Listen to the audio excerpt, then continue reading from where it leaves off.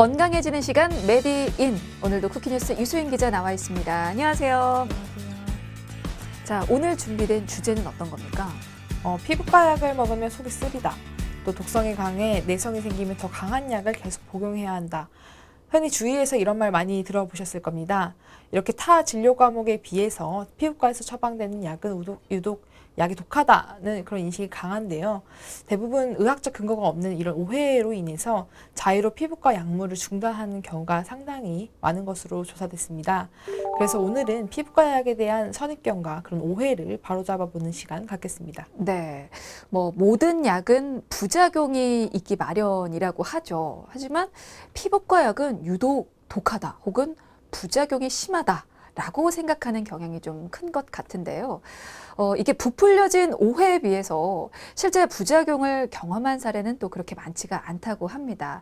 따라서 이런 약물 정보에 대한 올바른 제공, 더불어서 인식 개선이 필요하지 않을까 싶어서요. 피부과 약에 대해서 우리가 어떤 오해들을 하고 있는지 이 시간 통해서 살펴보도록 하겠습니다. 자, 대한피부과학회에서 피부과 약 관련해서 인식 설문조사를 진행했다고요? 예. 그 대한피부과학회는 제18회 피부건강의 날을 맞이해서 피부과 약에 대한 잘못된 편견과 오해를 바로잡고자 지난 7, 8월 피부과 약 복용량이 있는 약 900명을 대상으로 온라인 대국민 인식 설문조사를 진행했고 그 결과를 지난달 그러니까 11월 12일 발표했습니다. 학회 조사 결과 설문 대상자 중 약 79%는 피부과 약은 독하다는 말을 들어본 적이 있다고 응답을 했고요. 해당 인식에 대한 동의율 또한 56.1%로 나타났습니다. 이를 통해 많은 일반인이 피부과 약은 독하다는 생각을 가지고 있는 것을 이제 좀 확인할 수 있었는데요. 이러한 인식이 생기게 된 이유로는 직접적인 약에 대한 부작용 경험보다는 일반적인 통념이라고 응답한 경우가 많았습니다. 근데 또 하나의 문제가 이런 부작용에 대한 인식 때문에 전문의가 처방을 내린 약을 거부한 경우도 있고 그리고 복용하는 약도 중단한 경우도 있다고 하던데요. 예. 그 응답자의 26%는 의사가 피부과 약을 처방했음에도 복용을 거부하거나 중단한 경험이 있는 것으로 조사됐습니다. 약 복용을 중단한 이유로 많은 응답자가 피부과 약의 장기 복용에 대한 부담감을 들었습니다. 장기 복용에 대한 부담감 때문에 임의대로 약을 중단하는 경우도 생기는군요. 근데 이제 사실은 수일 내에 좀 빠르게 호전되는 그런 질환도 있지만 장기적인 약 복용 그리고 피부 관리가 필요한 그런 질환들도 좀 있잖아요. 그렇습니다. 그 피부과 질환에는 급성 두드러기처럼 수일 내에 빠르게 호전되는 질환도 있지만 만성 두드러기나 아토피 피부염, 건선과 같이 장기적인 약 복용과 피부 관리가 필요한 질환도 상당합니다.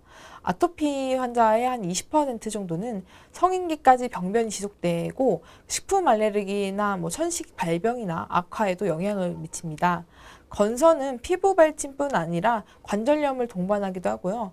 전신적인 염증으로 심혈관계 질환이나 고혈압, 고지혈증, 비만, 당뇨병과 같은 만성질환의 위험률을 높이기도 합니다. 네, 자 이렇게 필요할 때 적절한 치료를 받지 않으면 그 위험률 또한 높아지는데요.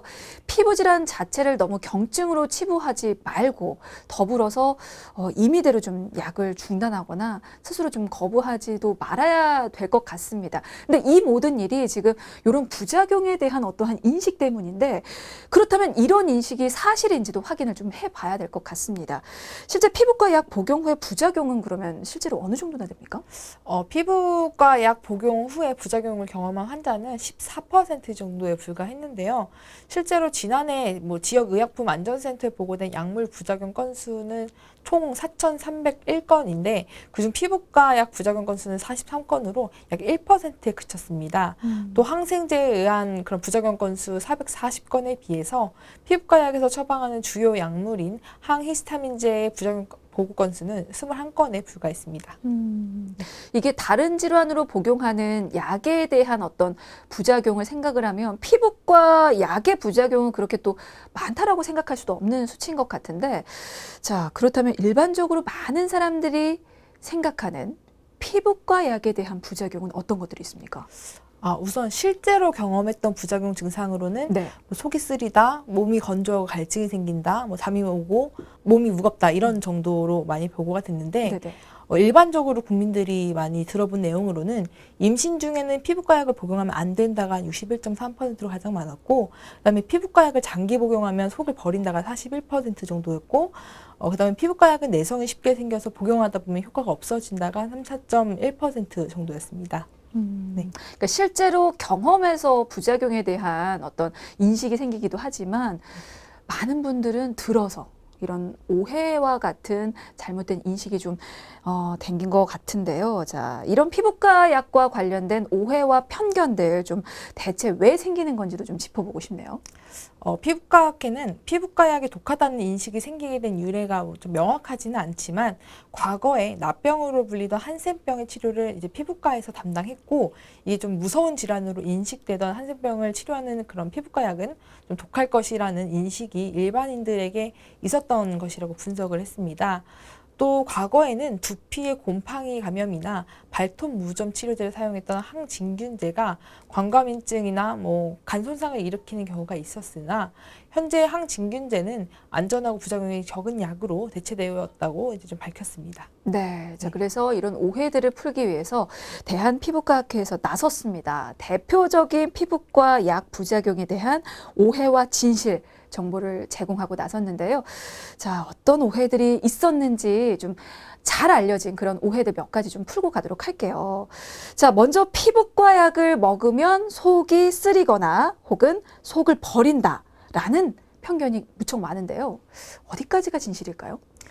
학회에 따르면 위장장애는 피부과 약의 특이적인 부작용이 아니고, 네. 피부과에서 처방이 적은 소염 진통제의 가장 큰 부작용이라고 밝혔는데요. 피부과 약을 복용하는 환자들 중 노인들의 경우에는 다른 내과적 질환의 치료를 위한 약을 복용하는 경우가 많아서 피부과 약에 의한 특이적인 증상이라고 하기에는 좀 어렵다는 것이 학회 측 설명입니다. 그러니까 갑자기 생긴 위장장애가 꼭 피부과 약에 의한 어떠한 증상이라고 보기는 어려운데 많이들 그렇게 좀 오해를 하고 계시다라는 얘기였습니다. 자, 그리고 또 많이들 생각하는 오해 혹은 편견이 임신 중에는 피부과 약을 복용하면 안 된다라고 생각을 하는데요. 이 부분 설명도 좀 들어봐야 될 것 같아요. 이는 피부과 약에 국한되는 것은 아니고, 임신, 수유 중에는 대부분의 약물을 좀 주의해서 사용해야 하는 기간이긴 합니다. 하지만 특히 피부과 약에 대해 이런 인식이 생기게 된 것은, 피부과 약 중에서 여드름 치료제로 주로 사용되고 있는 레티노이드 계열의 약물이 태아 기형을 유발할 수 있어서 가임기 여성의 금기시 됐기 때문입니다. 현재 레티노이드 계열의 약물을 처방할 때는 환자들에게 부작용에 대해서 자세히 설명하고 동의서를 받는 제도를 운영하고 있어서 아마 그런 실제 부작용 발생 우려는 거의 좀 없는 것으로 알려져 있습니다. 이거는 일부 사실이 맞긴 합니다. 그러니까 임신 중에 복용하면 안 되는 피부과 약이 있긴 한데, 그렇다라면 임신부에게 상세하게 사실 정보를 제공하고 있다. 그리고 사실은 임신 중에 주의해야 할 약물이 피부과 약에만 국한되는 건 아니다라는 내용이었습니다. 알겠습니다. 이것도 풀렸고요. 그리고 피부과 약을 복용하면 호르몬 변화를 주고 그리고 중단하면 증상이 더 심해지면서 살이 찐다. 이런 오해도 있네요. 이 또한 사실입니까? 예, 경구 스테로이드 복용에 관한 부작용으로 생각되는데요. 네네. 경구 스테로이드는 피부과뿐 아니라 병원의 모든 과에서 사용하는 환자 치료에 필수적인 약물이고, 급성 염증 반응이 질병의 건강에 나쁜 영향을 미칠 수 있을 때 사용합니다. 스테로이드 사용법을 숙지하고 있는 피부과 전문의의 판단에 따른 적절한 약제, 용량, 복용 기간을 이제 선택으로 부작용을 좀 줄일 수 있습니다. 피부과 전문의는 건선, 아토피 피부염 등의 질환과 같은 장기적인 약 복용이 필요한 만성 피부 질환에서는 부작용의 우려로 경구 스테로이드의 사용을 거의 하지 않고 대체 약물을 사용합니다. 최근에는 경구 스테로이드를 대체할 수 있는 새로운 약물들이 많이 개발되고 있어서 더욱이 피부과 전문의와의 상담이 필요합니다. 그렇군요. 네. 자, 한 가지만 더 짚어보고 가겠습니다.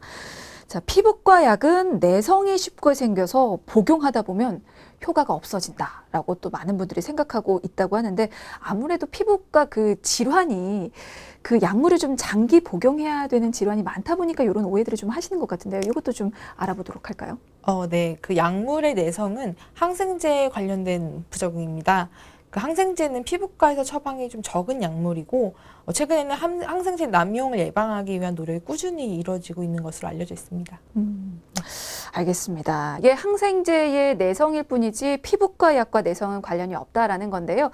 바른 약 복용 그리고 피부관리법으로 증상을 호전시킨다면 아무래도 흔히 오해하고 있던 그런 부작용들이 일어날 확률은 확연하게 줄어들지 않을까 싶습니다.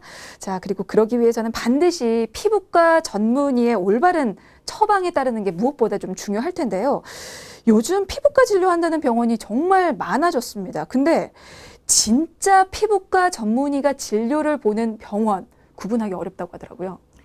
예, 의료법 시행규칙 제40조에 따르면 전문의 자격을 가진 의사가 진료하는 의원은 간판에 그 상호면 플러스 전문 과목 플러스 의원 표시를 할 수 있습니다.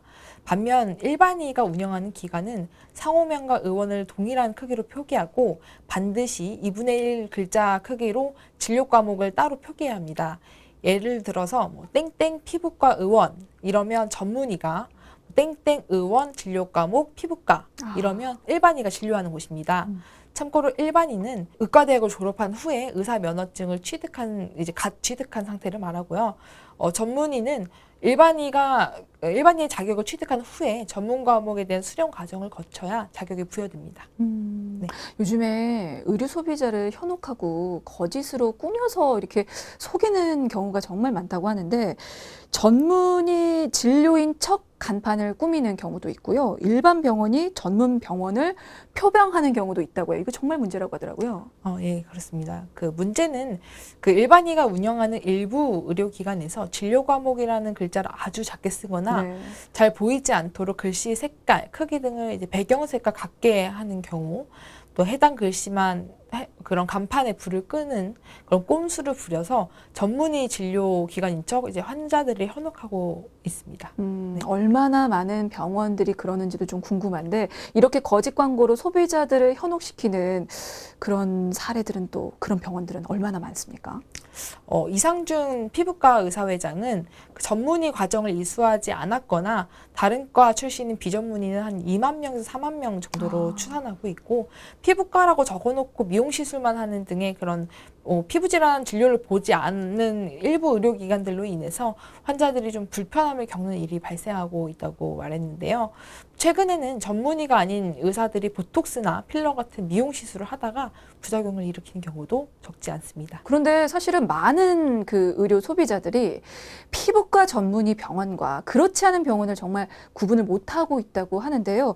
이와 관련된 조사도 최근에 대한피부과학회에서 진행을 했다고요? 네, 실제로 학회가 환자 약 900명을 대상으로 조사한 바에 따르면 이번 설문조사에서 약 81%의 국민은 피부과 전문의 병원을 구분하지 못하는 것으로 조사됐습니다. 전문의가 운영하는 피부과 의원은 A 피부과 의원으로 표기해야 하는데 이와 유사하게 표기한 의료기관들을 전문의 운영기관으로 오인하는 사례가 적지 않았다는 것이죠. 예를 들어서 A 의원 진료과목 피부과를 전문의 진료로 인식한 경우는 53.1%나 됐고요. A 의원 레이저 클리닉 진료과목 피부과를 전문의 진료로 인식한 비율도 한 43.3%에 달했습니다. 또 A 피부 비뇨의학과는 29.5%가 A 피부 클리닉은 29.9%, A 에스테틱 의원은 12.3%가 전문의 진료로 인식하는 것으로 나타났습니다. 네. 자, 이렇게 되면 뭐가 문제냐면요. 정말 많은 환자들이 그러면 피부과 전문의에게 받은 올바른 처방, 그리고 정확한 정보를 제공받을 수 없게 되고, 그로 인해서 부작용을 또 경험할 수가 있겠죠. 그러면 우리가 들어서 인식하고 있는 그 오해와 편견들이 사실이 되고 이로 인해서 그 처방받은 약물을 거부하거나 아니면 임의대로 복용을 중단하는 사례들이 또 계속 악순환이 돼서 반복이 될 텐데 이거 어떤 대책이 좀 필요하지 않을까요? 네, 최근에는 전문의 의원을 더 쉽게 구분할 수 있도록 간판 앞에 이제 로고 형태로 피부과 전문의를 표기할 수 있게끔 제도가 마련됐습니다. 네. 자, 피부과약은 전문의와 충분한 상담을 거친 후에 받으시면 이게 안전할 뿐만 아니라 증상 완화에 따른 어떤 효과 그리고 부작용 걱정도 안 하셔도 되는데요. 자, 이를 위해서는 반드시 피부과 전문의가 진료하는 병원을 찾아가셔서 처방을 받으셔야 한다는 점 기억을 하시고요. 자, 이 관련해서는 얘기를 좀 앞서서 짧게나마 얘기를 나눠봤으니까요. 참고하시기 바라겠습니다. 자, 메디인 오늘은 여기서 마무리 짓죠. 지금까지 쿠키뉴스 유수인 기자였습니다. 고맙습니다. 감사합니다.